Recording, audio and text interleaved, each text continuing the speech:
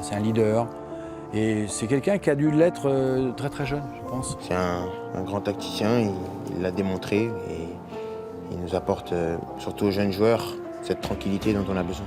La campagne de Russie, le défi ultime du Bayonnais, sa 3e compétition majeure à la tête des Bleus. L'objectif, il est clair pour nous.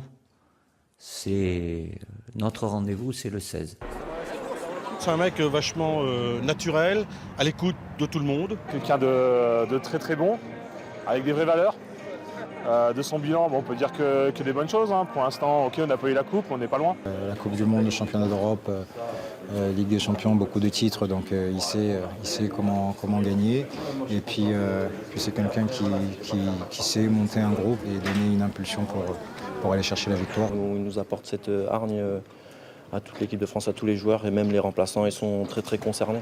Tout commence à Bayonne, sa ville natale. Enfant, il se trouve trop petit pour le rugby.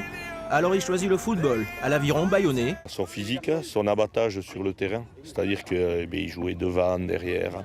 Il avait un rendement exceptionnel en milieu de terrain. J'ai toute ma famille et mes attaches qui sont ici. De son Pays Basque jusqu'au toit du monde 15 ans plus tard.